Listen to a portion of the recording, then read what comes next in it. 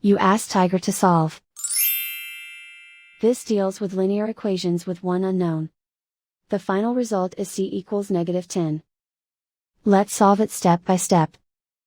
Group all constants on the right side of the equation. Subtract 24 from both sides. Simplify the arithmetic.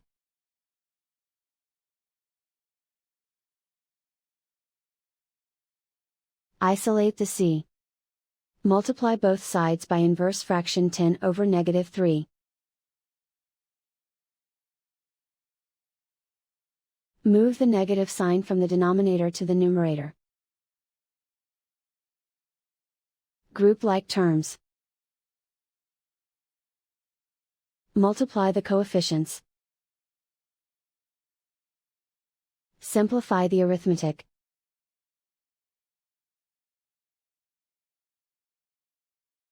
Move the negative sign from the denominator to the numerator.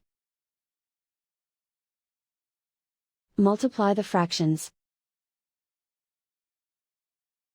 Simplify the arithmetic. And so the final result is c equals -10.